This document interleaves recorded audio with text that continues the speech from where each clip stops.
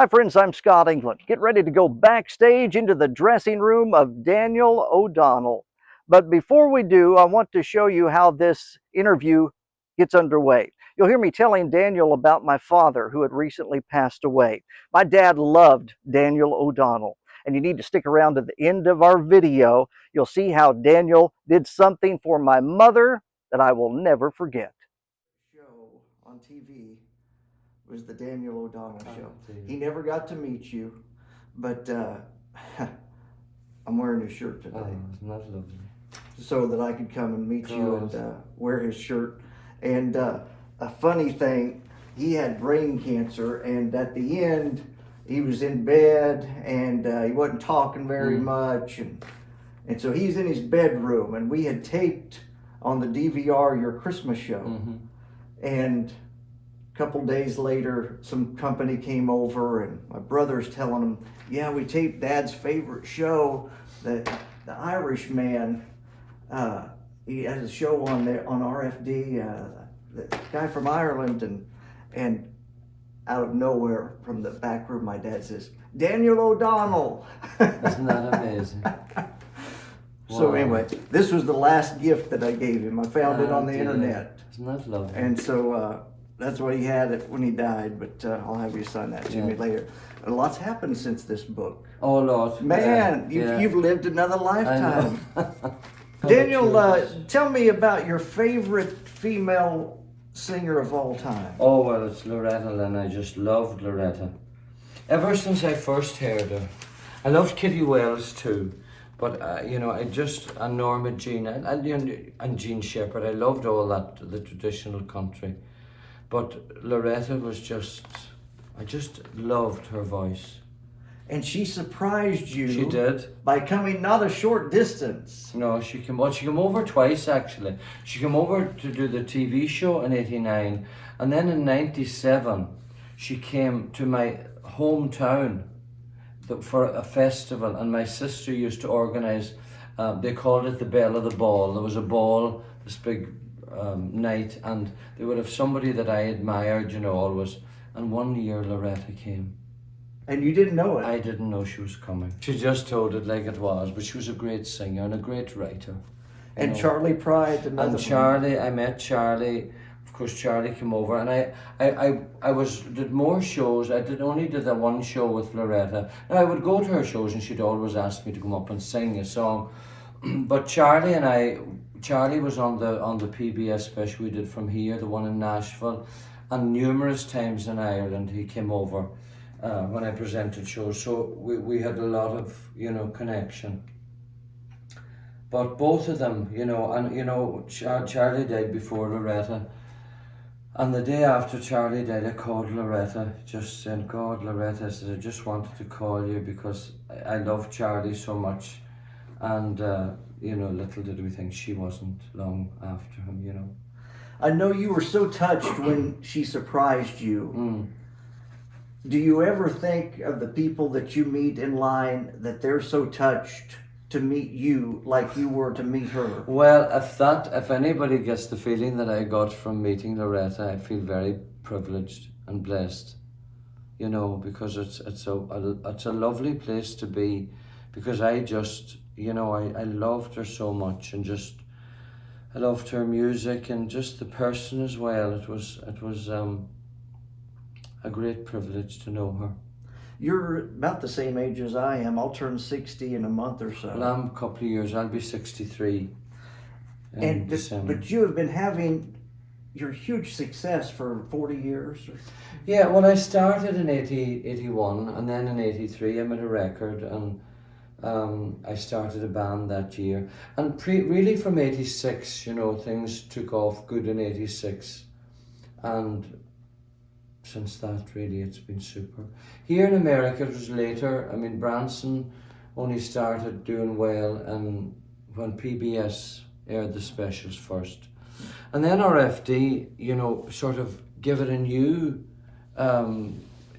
piece of energy, Besides having the talent that you obviously have, the secret to 4 decades of longevity has to be what I just saw here. Your relationship with your fans. Well, you know, I know a good few of them. I mean, I don't know them all, but you get to know people that come regularly. And just meeting people, it's lovely because it's a lovely way to finish the day, you know, and you kind of just get the experience of what people enjoyed, and it's good for me as it is for them. Now, I've read that you at one time you hosted teas at your house. Well, that was a long time ago now. We just had these open days that happened kind of by accident. I was doing shows in the local town, Dunlow, and the first time we did 2 shows, and at the festival that's on there every summer, a lot of people came to the house, and I was away, and my mother said, she was there at the time, and my mother said, loads of people came today, you know, to see were you here. And that night I said, I won't be there tomorrow, we had a show that night. I says, but I said, if you want to come on Wednesday, about 3 o'clock, I says, I'll be there. And just a throwaway thing, I says, you know, we might even get a cup of tea, you know.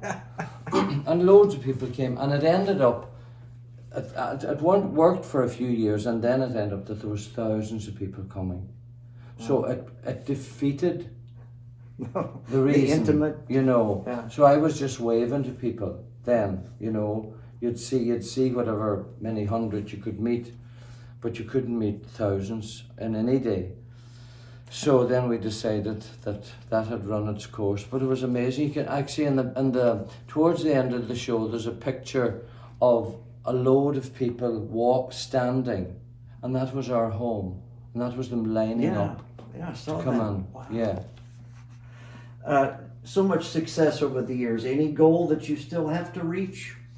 I don't know. I just enjoy it. I suppose I love the balance of off time and on time. You know, I don't work as much as I used to, but it's nice to have the time at home too. You know, and the children, the grandchildren, they take up a lot of time, and they give us great joy. So to be able to have the balance, you know, and do both, and yeah, I mean, I never thought that things would be as they are, you know, that it's hard to get yourself out in America, you know. Sure. Because I didn't come in like with a hit record, you know, I came in quietly, and then just the TV shows seemed to, just whatever transferred through the TV, it's amazing, you know, because it doesn't always work, but it did for us.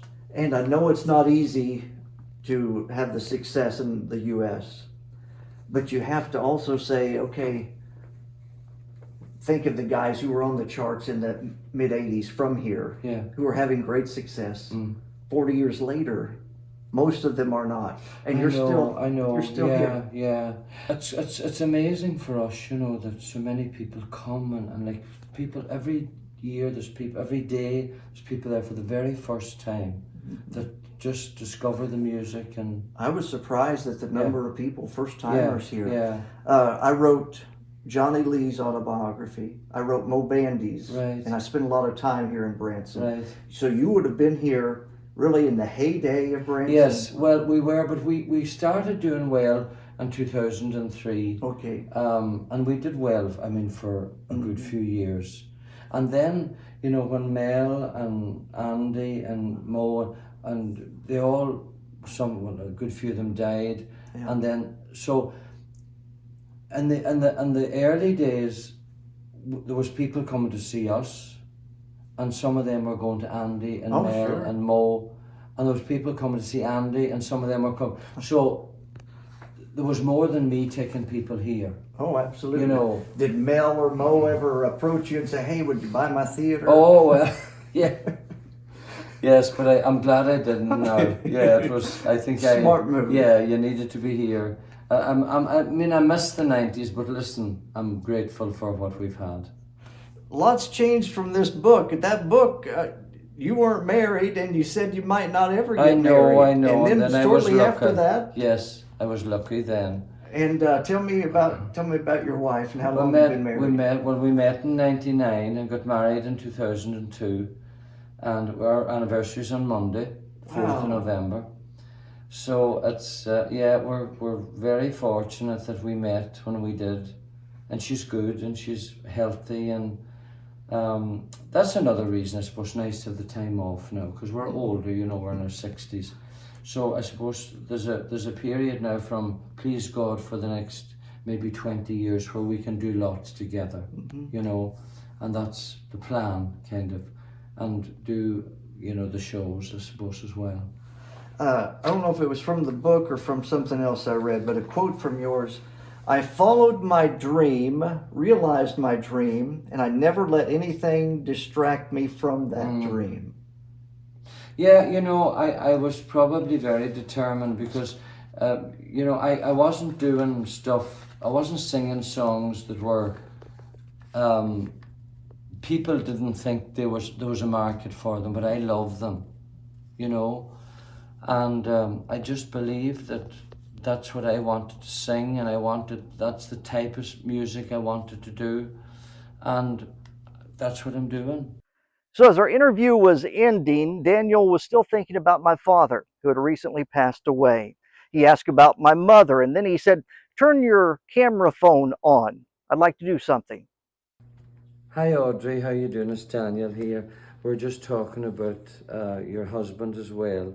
I'm sorry that he passed, but so good that he enjoyed the music, and I hope you're well and that you keep well, and maybe someday our paths will cross. But lots of love to you, and God bless.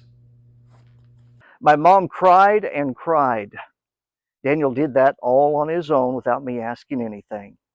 Daniel's fans think that he's a great guy, nice and kind. They are right. If you enjoyed this video, be sure to like, subscribe, and share.